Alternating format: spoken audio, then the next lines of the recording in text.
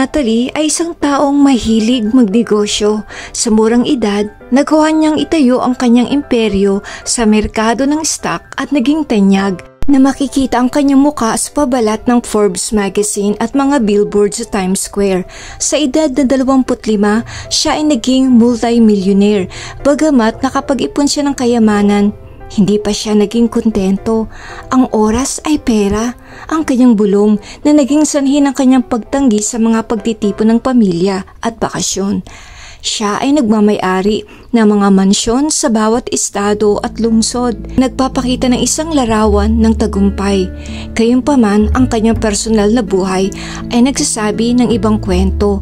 Hindi siya nag-asawa dahil sa tingin niya ay masyadong mahalaga ang kanyang oras para sa mga pag-ibig at romansa.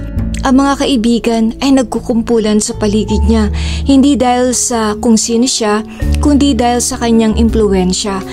Sa edad na 60, nagawa ni Natalie ang lahat ng kanyang pangarap, isang malaking imperyo sa merkado ng stock, mga negosyo at mga mansyon.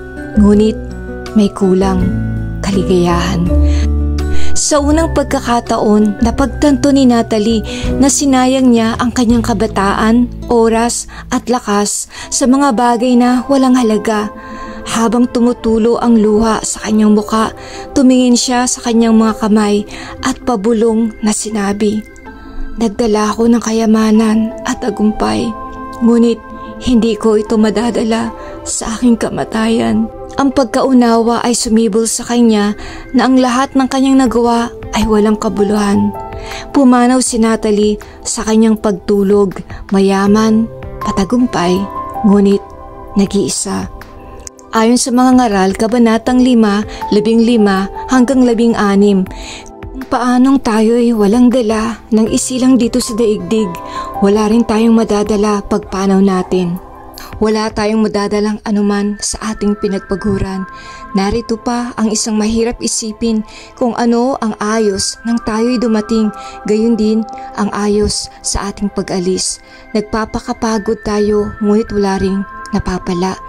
Ang tunay na kaligayahan at kaganapan ay nagmumula sa mga relasyon, personal na paglago at pakiramdam ng layunin na lampas sa kayamanan ng materyal. Ang kwento ni Natalie ay nagsisilbing paalala upang bigyang prioridad ang mga bagay na tunay na mahalaga sa buhay, pag-ibig, pamilya, mga kaibigan at mga karanasan, higit sa lahat ang relasyon sa Diyos kaysa sa pagtugis ng kayamanan at tagumpay. Welcome to our channel,